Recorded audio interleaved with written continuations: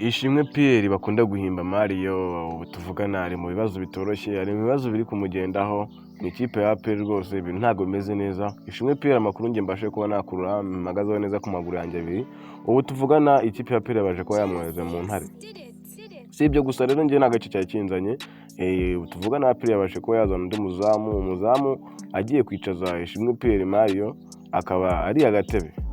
Muri video rero tugiye kuganira byinshi cyane kuri uyu muzamu, washe ko bamenya ngo uyu muzamu yaturutse he, yajute, azanywe n'iki muri APR. Mbere yuko dutangira rero banza kandi subscribe kandi kunzogera ujye ubasha gukurikirana ibiganiro byinshi cyane binyakuri channel ariyo Iwacu TV show.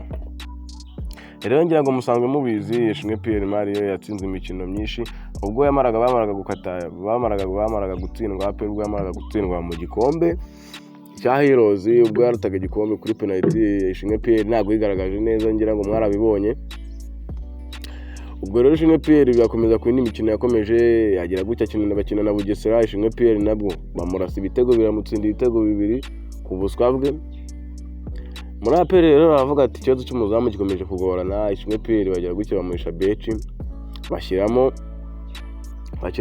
Adolphe nawe mu kumushyiramo Al Hilal nayo ibimuriye ibitego bibiri. Ubwo APR ngira ngo ibibonye shuba yuko ikibazo atari Pierre cyangwa iki, ahubwo ikibazo muri APR ikibazo ni umuzamu. Ubwo rero abayobozi ba APR ntabwo bicaye cyangwa basinzire, bahise bajya guhiga umuzamu. Mu guhiga umuzamu rero ibo ntabwo babashe kuba bagaragaza cyangwa bavuga ngo twabonye uyu muzamu gusa, ariko njye nabashe kuba nacukumbura ndinjira neza nyirizina uyu muzamu ni uwo aturuka mu gihugu cya Nigeria. Ni umusore muri kumubona, ni umuzamu usamira Nigeria, ariko akaba ni umuzamu wa kabiri. Nigeria ifite umuzamu wa mbere ubanzamo, iwe aba ari umuzamu wa kabiri, ariko ahamagarwa mu ikipe y'igihugu ya Nigeria.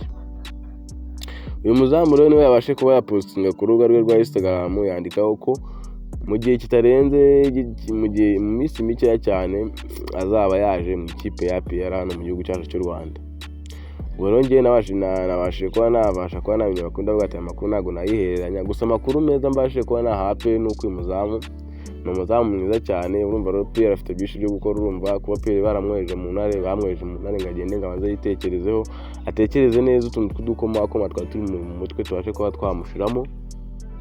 Gusa ariko urumva ko narangara, araje yongera arye bench nk'uko ubushize bamuzaniyeho Pavera akaza akamuhisha bench, gusa aza kongera kwikosora. Pierre yarisha bench Pavera, nacyo cyatumye Pavera ava mu ikipe ya APR. Gusa ariko Pavera si ibyo gusa, nawe ubu Pavera yabashe ko yabonye ikipe.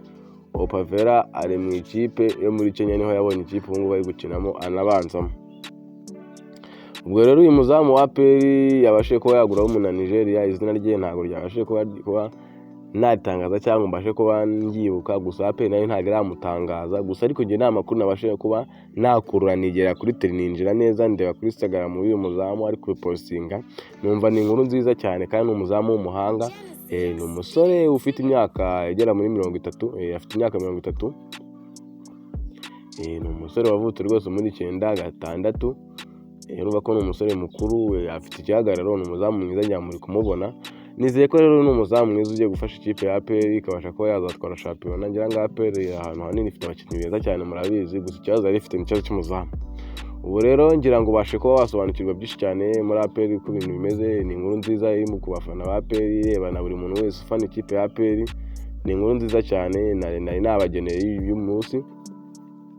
Ubwo reka dukomeze turyoherwa dukanda subscribe kugira ngo ujye umenya amakuru menshi cyane anyakuri channel niyo ya mbere mu gihugu izayicaho amakuru meza cyane yizewe, yaba amakuru yo mu rubuga rw'imikino cyangwa yo mu mikino muri siporo cyangwa yo muri entertainment. Amakuru yose tuzatuyabazanira, nta handi hantu uzaza uyasanga ni kuri channel ariyo Iwacu TV show. Kandi subscribe ujye ubasha gukurikirana ibiganiro byinshi cyane.